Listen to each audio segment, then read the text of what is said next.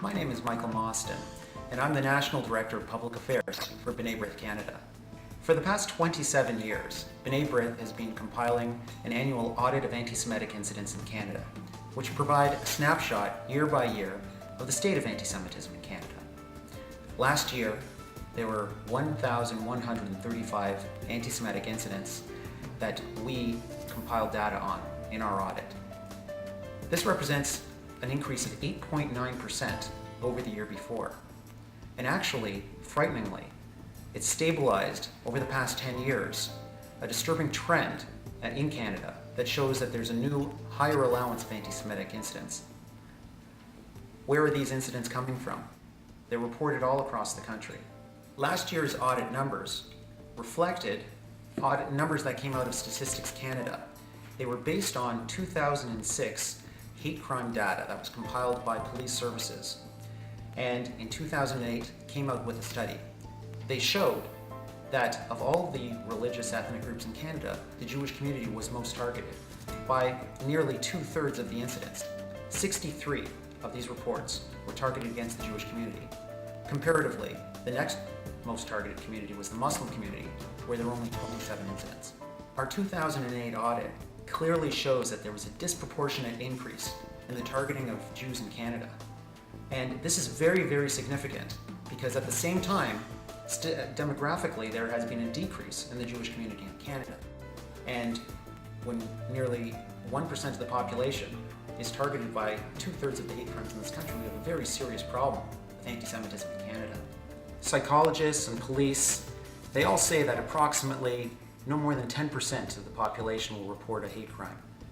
That actually shows that when you have numbers over 1,000 figure, you should be multiplying by 10. It shows that there's a very, very serious problem in Canada.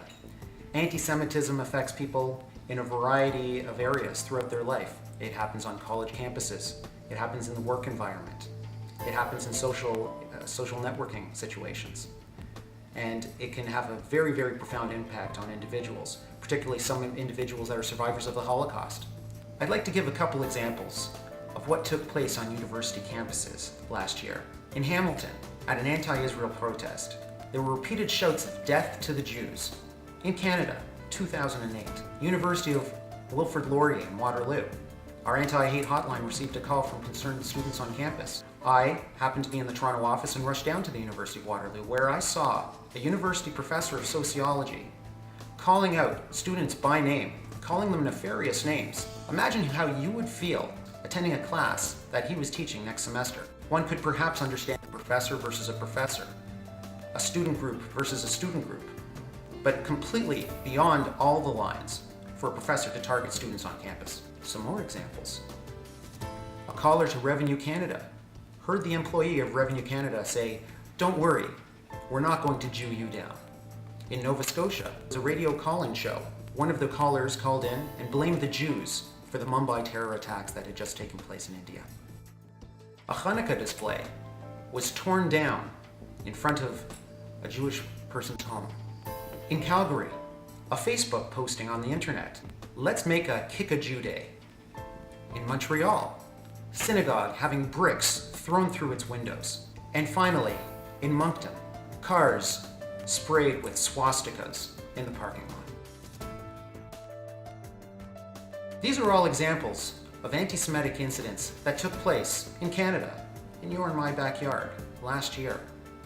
We have a serious problem here in Canada, and a growing problem. And unless we all confront it together, it's only bound to continue spiraling upwards.